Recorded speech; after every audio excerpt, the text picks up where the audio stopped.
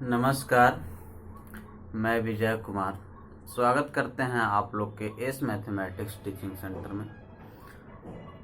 इससे पहले के वीडियो में हम लोग शेरशाह के बारे में जाने थे, किस तरह का उस साम्राज्य हासिल किया है, कैसे कैसे वह अपना जीवन यापन किया, उसके बारे में सीखे थे। लेकिन अब 1545 ईस्वी में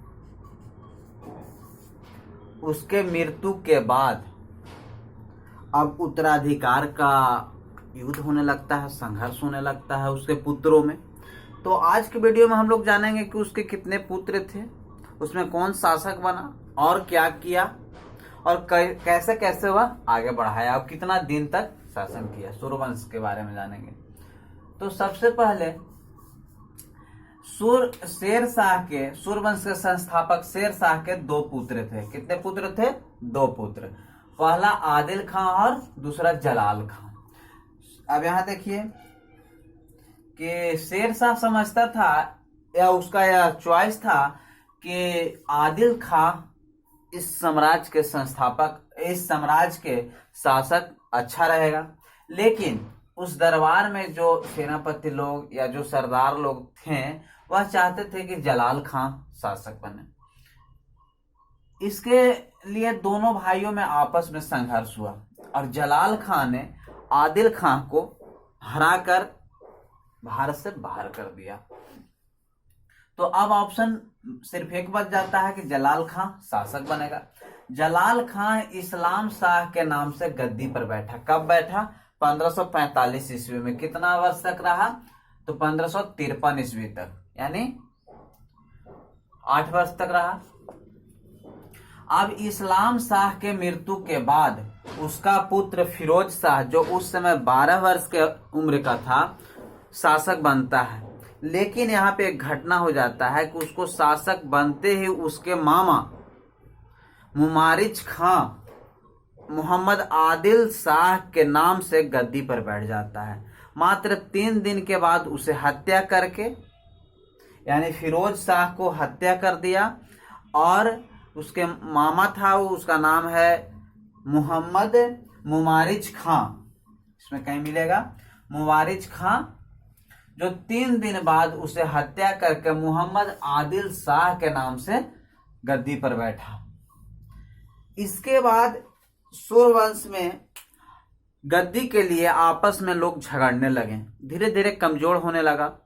ऐसे करते करते कुछ दिन चला। उसके बाद सूर्य 5 भागों में बंट गए। जो मोहम्मद आदिल शाह जो था, उसका साम्राज्य चुनार से होते हुए बिहार तक था। और एक और देखिए नाम है, जो पंजाब और दिल्ली का साम्राज्य के शासक थे, उनका नाम था सिकंदर शाह। इस समय सूर्यवंश को कमजोर होते देख हुमायूं ने फिर भारत पर आक्रमण किया और वह सिकंदर शाह के हराकर भारत पर कब्जा किया। तो कब किया, कहां किया? तो सरहिंद का युद्ध जो सिकंदर शाह के विरुद्ध हुआ था, उसमें हुमायूं ने उसे हराकर पुनः मुगल वंश की स्थापना कर दी और धीरे धीरे सूर्य शासक जितने भी थे सबको हरा दिया। अब यहाँ मुगल वंश फिर से स्थापना हो गया 1555 ईस्वी में। लेकिन हुमायूं बहुत नसीब के खराब था कि 1 वर्ष बाद उसके द्वारा ही बनाया गया दीन पनाह, जो 1533 ईस्वी में बनाया था, उसके एक पुस्तकालय के सीढ़ी से गिर के उसको मृत्यु हो जाता है। अब उसके हुमायूं के बारे में बताएंगे, वो तो पहले कहानी में भी बता दिए हैं। लेकिन हुमायूं के पुत्र जो अकबर है, अब वहां के शासक बनता है दिल्ली का। उसके बारे में हम अकबर के बारे में जब पढ़ाएंगे या अकबर का इतिहास जब बताएंगे तो सारा चीज क्लियर करेंगे। लेकिन सूर्य शासक का देखिए, अब तो सूर्यवंश समाप्त हो गया। 45 से 55 तक रहा, 40 40 से 55 तक रहा, यानी 15 वर्षों तक शासन किया है। तो इसमें भी कुछ अच्छे काम भी हुए हैं, कुछ बुरे काम हुए हैं, उसके जानकारी इधर देखिए। अब शेर शाह ने कुछ विभाग का स्थापना कर रखा था या विभाग बैठा रखा था, जिससे कि प्रशासनिक सुधार हो और जनता में किसी तरह का दिक्कत ना हो। तो देखिए, शेर शाह ने केंद्र में दीवाने वजारत नाम के एक विभाग का स्थापना किया था। उसका क्या काम था? तो उसको लगान वसूलने का काम था, राजस्व लेने का काम था। उसको क्या बोलते थे? दीवाने वजारत। एक और है दीवाने आरिज, उसका क्या काम था? तो सैन्य विभाग। जब सैनिक, जिस साम्राज्य के सैनिक ही मजबूत हैं, तो उस साम्राज्य को बढ़ाने में देर नहीं लगती थी। तो उसी तरह से शेर शाह को यह मानना था कि जब हमें साम्राज्य को बढ़ाना है तो सैनिक व्यवस्था को मजबूत रखना होगा। लोग कहते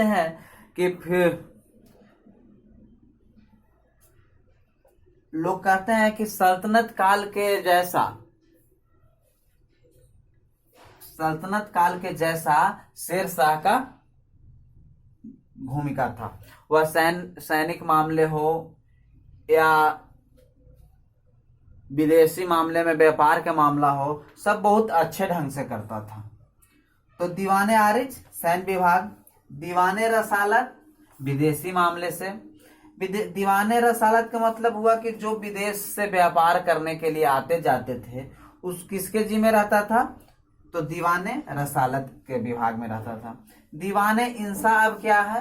तो पत्राचार, एक जगह से दूसरे जगह पत्र को भेजने के लिए किसको सौंपा गया था जिम्मेवारी? तो दीवाने इंसा को। अब देखिए कि सूचना को पाने के लिए गुप्तचर की व्यवस्था भी शेर शाह कर रखा था। एक बार इसको स्क्रीनशॉट कर लीजिए।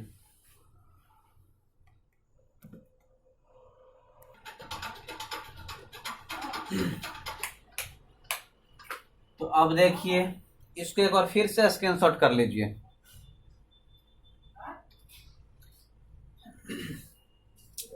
देखिए, जिस तरह के अभी व्यवस्था है, हम लोग का देश है, देश से नीचे राज्य है, राज्य के नीचे जिला है, प्रमंडल है, प्रमंडल के नीचे जिला है, जिला के नीचे अनुमंडल है, अनुमंडल के नीचे प्रखंड है। इस तरह से पंचायत, गांव, टोला मोहल्ला करते हुए आ रहा है। उसी तरह से पहले भी व्यवस्था किया गया था। सबसे बड़ा साम्राज्य होता था, उससे नीचे प्रांत, सूबा, इक्ता, सब एक ही चीज है।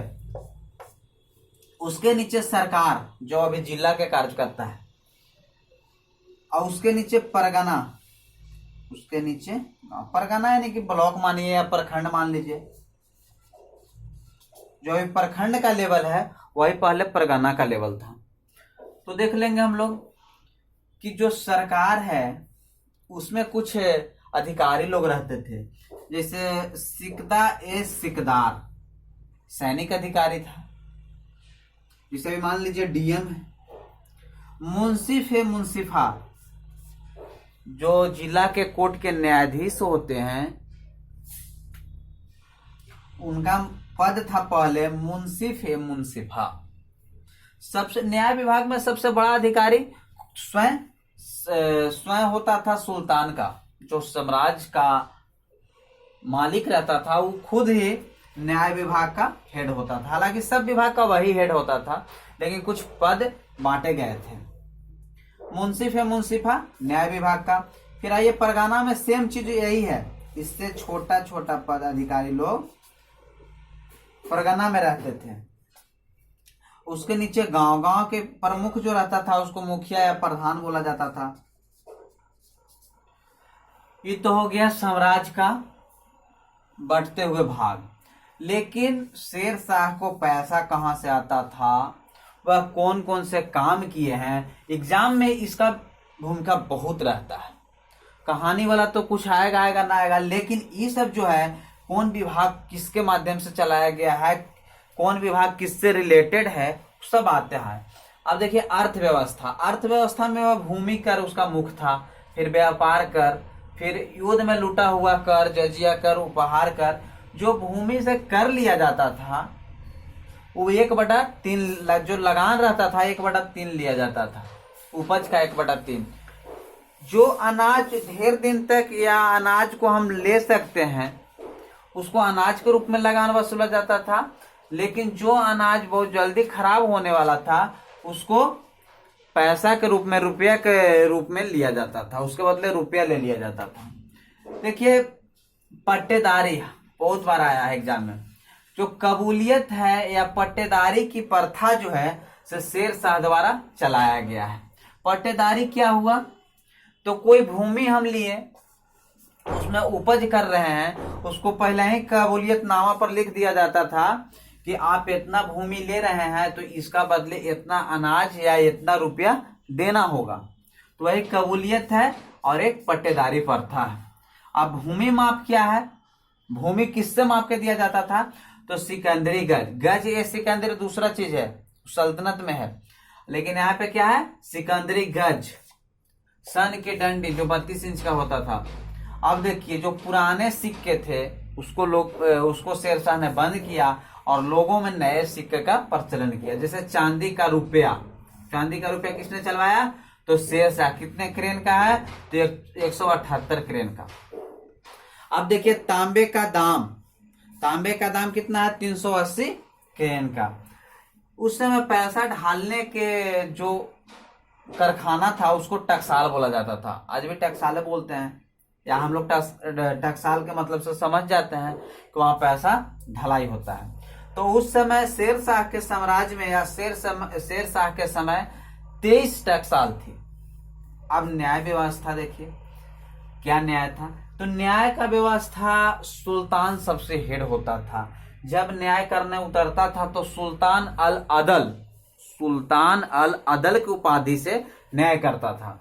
उसके बाद मुंसिफ है मुंसिफा, उससे छोटा अधिकारी, और फिर उसके बाद काजी होता था। अब देखिए निर्माण शेरशाह क्या क्या करवाया है उसके बारे में थोड़ा सा गौर कीजिएगा। रोहतासगढ़ किला, किला एक कुहना जो दिल्ली में है। स्वयं का मकबरा शेरशाह ने ही बनवाया है।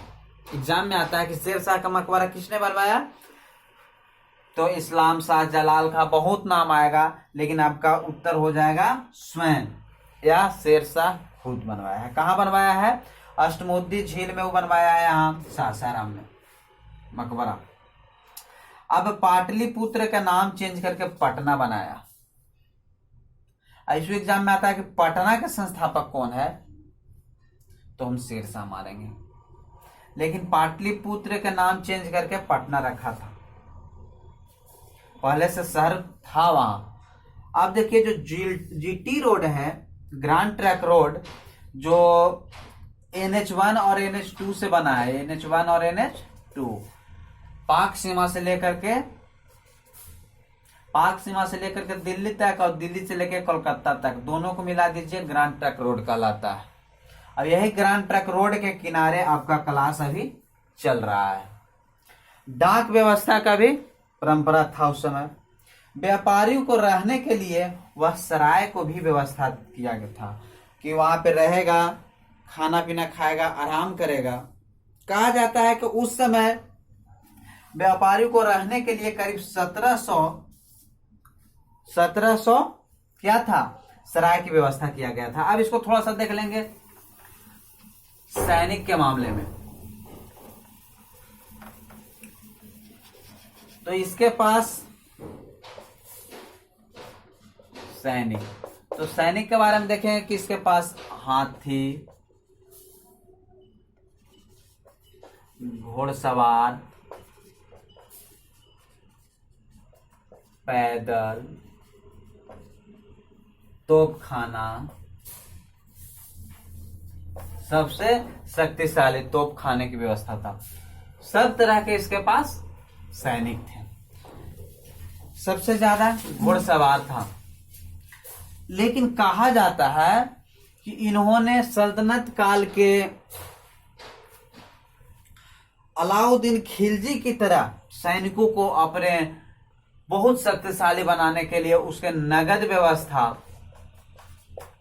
पैसा तुरंत देता था, इन्हें कि लूटेंगे तो उसका हिस्सा कितना बनेगा उसके आधार पर दिया जाएगा, वैसा नहीं था। नगद व्यवस्था सैनिकों की यहाँ पे किया गया था। आज का टॉपिक शेर शाह के उत्तराधिकारी से था और हम समझते हैं कि इससे जितना रिलेटेड जो एग्जाम में पूछा जाता है उसके बारे में सारा कुछ बता दिया गया है। तो आज का टॉपिक यहीं पे एंड हो रहा है। अगले वीडियो में हम 1555-56 तक के इतिहास हो गया है, इसके बाद का इतिहास में हम अकबर के बारे में जानेंगे। तो आज का वीडियो यहीं तक। इसके बारे में थोड़ा सा देखिए, समझिए और कमेंट भी किया कीजिए, लाइक सब्सक्राइब भी कीजिए कि क्या इसमें है ना है। ठीक।